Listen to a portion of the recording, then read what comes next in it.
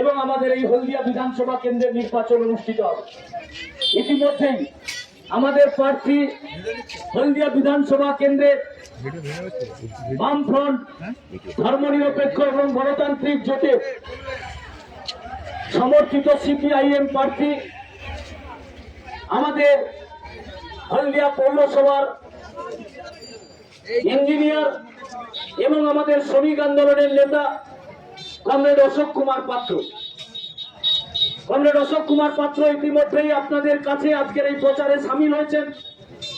আপনাদের আশীর্বাদ এবং দোয়া নিয়ে আগামী দিনে এই হলদিয়া বিধানসভা কেন্দ্রকে যাতে গোটা রাজ্যের কাছে হলদিয়ার মানুষ কি যন্ত্রণার মধ্যে আছে, কষ্টের মধ্যে আছে, সেই বার্তা পৌঁছে দিতে পারে, তার জন্য আপনাদের কাছে আশীর্বাদ দোয়া চেয়েছে। আমরা এই এলাকার হটখালি বাজার এলাকার সর্বস্তরের মানুষের কাছে এই আবেদন জানাতে চাই, ইতিমধ্যে আপনারা হলদিয়ার মানুষ, আমরা হলদিয়ার মানুষ যেমন আছি সেটা আপনারা প্রত্যেক দিন দৈনন্দিন অভিজ্ঞতার মধ্যে দিয়ে বুঝতে পারছেন। কারণ যে পূর্ব মেদিনীপুরের হলদিয়া, এই হলদিয়া শিল্পনগরী আমাদের জেলা, রাজ্য নয়, উত্তর পূর্ব ভারতের উজ্জ্বলতম শিল্পনগরী। যে হলদিয়া শিল্পনগরীতে শয়ে শয়ে হাজার হাজার লক্ষ লক্ষ মানুষের কর্মসংস্থান, উদ্বাস্তু ক্ষতিগ্রস্ত পরিবারের মানুষের ত্যাগ তিতিক্ষা, বামপন্থী সরকারের দূরদৃষ্টি সম্পন্ন ভাবনা আর মানুষের লড়াইয়ের মধ্যে দিয়ে এই হলদিয়া গড়ে উঠেছিল। সেই বামেদের তৈরি করা হলদিয়াকে আজকে তৃণমূল বিজেপি মিলে যেভাবে ধ্বংসস্তূপে পরিণত করেছে। আজকের যে হলদিয়াতে ছোট থেকে আমরা দেখতাম এত কর্মসংস্থানের ব্যবস্থা ছিল, বাইরে থেকে শয়ে শয়ে মানুষ কাজের জন্য হলদিয়াতে আসতো, আজকের সেই হলদিয়াতে আমার আপনার পরিবারের ছেলে মেয়েদেরকে কাকে কেরালায় চলে যেতে হচ্ছে, কাকে তামিলনাড়ুতে, কাকে দিল্লিতে পরিযায়ী শ্রমিক হিসেবে বাইরে কাজ করতে চলে যেতে হচ্ছে। আজকে এখানে দাঁড়িয়ে বলছি, আজকে হলদিয়াতে শিল্প নেই, কলকারখানা নেই, বিনিয়োগ নতুন করে কিচ্ছু নেই, কর্মসংস্থান নেই, আমার আপনার পরিবারের বেকার যুবকদের হাহাকার তৈরি হয়েছে। আমি এখানে দাঁড়িয়ে বলছি, আপনি চোখ বন্ধ করে হলদিয়ার যে কোনো একটা কারখানার দিকে ঢিল ছুঁড়ে দিন, যে কারখানাতে গিয়ে পড়বে আপনি সেই কারখানাতে গিয়ে জিজ্ঞেস করুন যারা কাজ করছে তাদের জীবন যন্ত্রণা কোন জায়গায় দাঁড়িয়ে আছে। আজকে নতুন করে সিওডি হয়নি হলদিয়ার অধিকাংশ কারখানায়।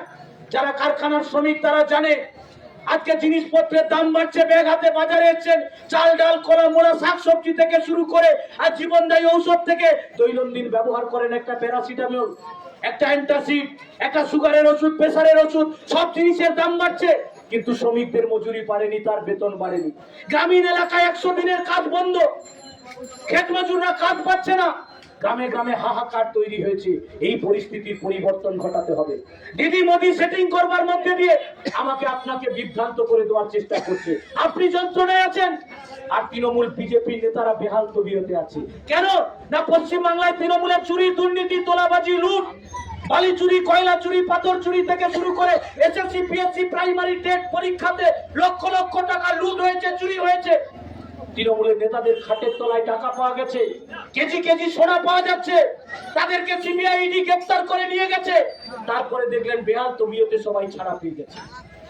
পার্থ চ্যাটার্জিকে দেখে বুঝলেন জ্যোতিপ্রিয় মল্লিক গরিব মানুষের রেশনের চাল চুরি করে খেয়েছে, গ্রেফতার হলো, জেল কাটলো, এখন দেখছেন বাইরে বেরিয়ে এসছে, সে প্রার্থী হয়ে গেছে। আপনি দেখছেন গোটা রাজ্য জুড়ে এই যে তৃণমূল বিজেপির প্রার্থী তালিকা প্রকাশ হয়েছে, আপনি তৃণমূলের প্রার্থী তালিকার দিকে তাকান, বিজেপির প্রার্থী তালিকার দিকে তাকান। তৃণমূলের প্রার্থী তালিকার দিকে তাকালে দেখবেন যে তৃণমূলের কর্মীকে খুন করেছিল বিজেপির নেতা নন্দীগ্রামে, সে সকাল বেলায় বিজেপি ছেড়ে তৃণমূলে যোগ দিয়েছে, বিকাল বেলায় তৃণমূলের প্রার্থী তালিকাতে নন্দীগ্রামের প্রার্থী হয়ে গেছে। একইভাবে বিজেপির প্রার্থী তালিকাতে দেখুন আপনি, যে 2 মাস আগে তৃণমূল করত, দল বদল করে বিজেপিতে এসছে, সে বিজেপির প্রার্থী হয়ে গেছে। আপনি তৃণমূল বিজেপির প্রার্থী তালিকায় যদি আপনি হেডলাইনটা উপরে না দেখেন তাহলে আপনি বুঝতে পারবেন না কোনটা বিজেপির প্রার্থী তালিকা, কোনটা তৃণমূলের প্রার্থী তালিকা। আজকে গোটা বাংলার মানুষ এই পরিস্থিতির মধ্যে আছে, যারপরে এত চুরি, দুর্নীতি, তোলাবাজি, লুট, সিবিআই ইডি তদন্ত হচ্ছে, তারপরে আপনি লাস্ট দেখলেন দিদির ফাইল দৌড়কে দেখার পর আপনি বুঝে গেলেন কি আইপ্যাকের জন্য ইডি এলো, তদন্ত হলো, আর সে বাইরে আপনি ইডির অফিসারদেরকে দাঁড়িয়ে থাকতে দেখলেন, মমতা ব্যানার্জি ভেতরে ঢুকলেন, ফাইল নিয়ে ড্যাং ড্যাং করে বাইরে চলে গেলেন, আর বাইরে ইডির অফিসাররা দাঁড়িয়ে আঙুল চুষছে বাইরে দাঁড়িয়ে দাঁড়িয়ে। এরপরেও বুঝতে পারছেন যে তৃণমূল বিজেপি সেটিং করে আছে, আর যার ফলে আপনি দেখছেন মোদির হাত দিদির মাথায় আছে বলে আজকে পশ্চিমবাংলার মাটিতে এত চুরি দুর্নীতি তোলাবাজি নোট এত কান্নের পরও পশ্চিমবাংলায় তৃণমূলটা টিকে আছে। আর গোটা পশ্চিমবাংলাতে এই বিজেপি একাধারে তৃণমূলকে টিকিয়ে রেখেছে, আর অপরদিকে ধর্মের নামে মন্দির মসজিদের নামে মানুষকে ভাগ করবার মধ্যে দিয়ে আপনার দৈনন্দিনের যে সমস্যা, আপনার রুটি রুজির যে সমস্যা, আপনার বাড়ির বেকার ছেলেটার যে কাজ নেই, আপনি কৃষক, আপনার ফসলের দাম পাচ্ছেন না, আপনি শ্রমিক, আপনার বেতন বৃদ্ধি হচ্ছে না, 100 দিনের কাজ হচ্ছে না, ব্যাগাতে বাজারে এসেছেন, জিনিসপত্রের দাম বাড়ছে, আপনি সবটাকে ভুলে গিয়ে ধর্মেের নাম করে আমাকে আপনাকে আপনার মূল সমস্যাটা থেকে দূরে সরিয়ে দিতে চাইছে। তাই আপনাদের কাছে আমাদের দাবি, এই তৃণমূল বিজেপির বিরুদ্ধে সমস্ত ধর্মনিরপেক্ষ গণতান্ত্রিক শক্তি, সমস্ত ব্যক্তি সমষ্টি সবাইকে ঐক্যবদ্ধ করে নিয়ে এই নির্বাচনে তৃণমূল বিজেপিকে পরাস্ত করে হলদিয়ার মাটিতে হলদিয়াকে বাঁচানোর লড়াই, বাংলাকে বাঁচানোর লড়াই। হলদিয়া যদি না বাঁচে আমি আপনি কেউ বাঁচতে পারবো না, আমাদের পরবর্তী প্রজন্ম তারা কেউ থেকে থাকতে পারবে না।